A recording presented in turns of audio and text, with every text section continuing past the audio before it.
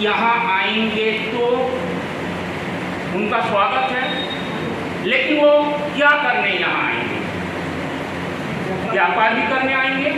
तो शिक्षा को हमने व्यापार से जोड़ दिया।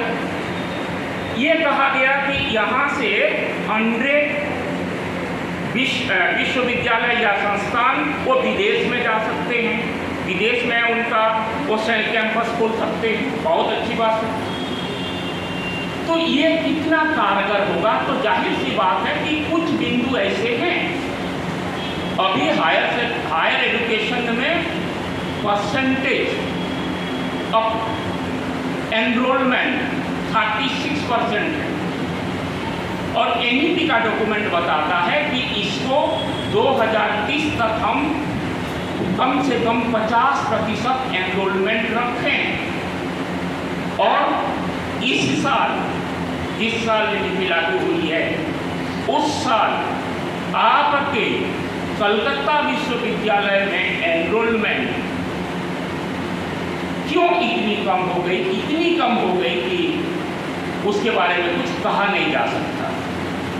तो हड़बड़ी, जल्दबाजी, बिना आधारभूत संरचना,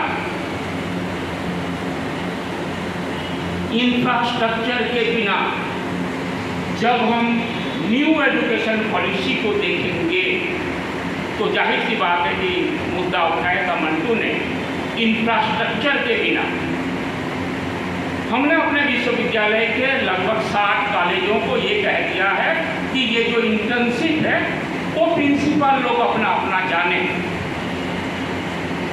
अब इंटर्नशिप तो बहुत अच्छी चीज़ है, जैसे कहा गया कि इंटर्नशिप होगी तो रोजगार मिलेगा, लेकिन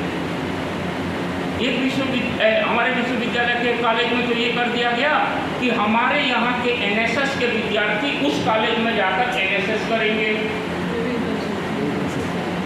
ये तो इंटर्नशिप है। इंटर्नशिप का मतलब तो यही होता है ना कि जितेंद्र गीतांशु जी आप लोगों के सामने आए, उन्होंने अपना एक प्रस्ताव रखा, यहाँ से 5 लोगों को उन्होंने चुना, जो 1 महीने का पूरा वो कोर्स करवाएंगे। उसके लिए वो जितनी भी हो सकता है थोड़ी सी जो फेलोशिप ना भी हो, स्कॉलरशिप हो या कुछ राशि वो देंगे और अंत में एक सर्टिफिकेट देंगे। तो जो 1 महीने में आपने तालीम पाई, जिनकी तरफ इशारा कर रहे थे, वो इंटर्नशिप बिना कुछ किए इंटर्नशिप के नाम पर प्रिंसिपल के ऊपर जब छोड़ दिया गया। क्यों हो रहा है? ये इसलिए हो रहा है कि मैं चूंकि उच्च शिक्षा से जुड़ा हुआ हूँ, पिछले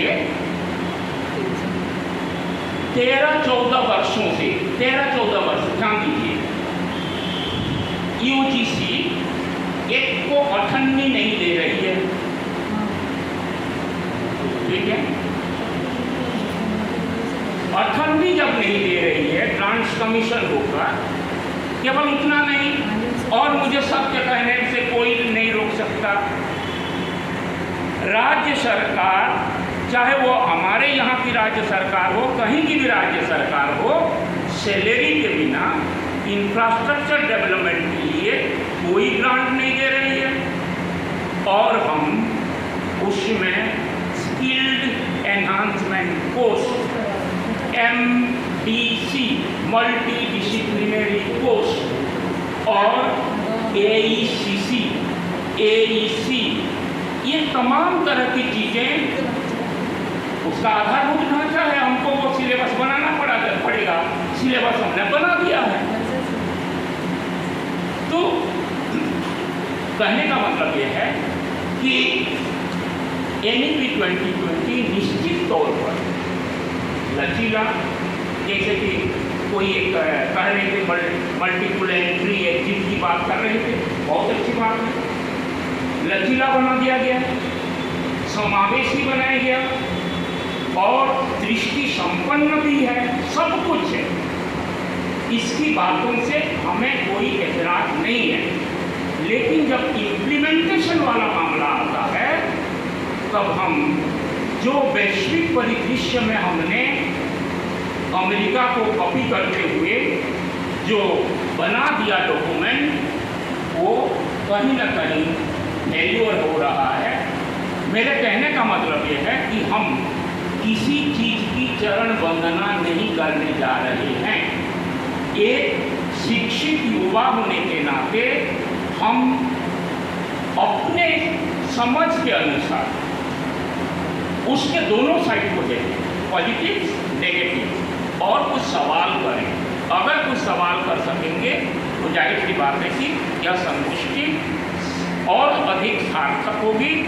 और मैं बहुत बहुत बधाई देना चाहता हूँ उन लोगों को, इन तमाम विद्वानों और विदुषियों को नहीं, ये लोग तो हम लोग तो बोलते रहते हैं, लेकिन हिंदी विभाग मेटियाबुरुज कॉलेज के को बहुत धन्यवाद भी देना चाहता हूँ, आभारी हूँ इसका कि बड़ा प्लेटफॉर्म दिया, अच्छा प्लेटफॉर्म दिया, बोलने का मौका दिया, और यही सबसे बड़ी बात है। आप लोगों ने सुना, बहुत बहुत धन्यवाद।